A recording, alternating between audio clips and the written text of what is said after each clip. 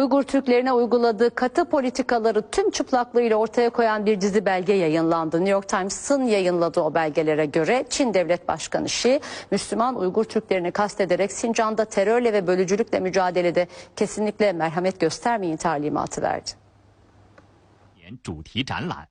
Sincan'da terör ve bölücülükle mücadelede merhamet göstermeyin. İddialara göre bu talimat Çin Devlet Başkanı Xi Jinping'den Çin Komünist Partisi yetkililerine verildi. Amerikan gazetesi New York Times, Çin'in Uygur Özerk Bölgesi'nde yaşayan Müslüman Uygur Türklerine yönelik politikalarını ortaya koyan bir dizi belge yayınladı. Habere göre 403 sayfalık belgenin büyük bölümünde başta Şii olmak üzere üst düzey Çinli yetkililerin bölgedeki Uygur nüfusunun kontrolüne ilişkin talimatları yer aldı.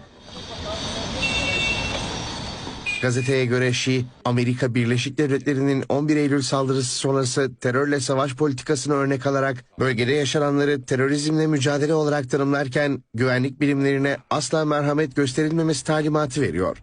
Belgede diğer yetkililerin de toplama kampları ve keyfi tutuklamaları meşrulaştıran yorumları yer alıyor. Belgede yurt dışında eğitim alıp dönen Uygur gençlerinin yakından takip edilmesi talimatı da yer alıyor. Gençlerin ailelerinin nerede olduğuna ilişkin sorularına ise Çin devleti tarafından açılan eğitim okullarına götürüldükleri cevabının verilmesi isteniyor. Pekin hükümetinin Uygur Türklerine yönelik eğitim kampı politikası kapsamında Müslüman çocukları ailelerinden özellikle ayırdığı ortaya çıkmıştı. Çin yetkilileri ise Uygur Türklerinin radikal eğilimlerle mücadele kapsamında dil öğretim merkezlerinde eğitim gördüğünü iddia etmişti.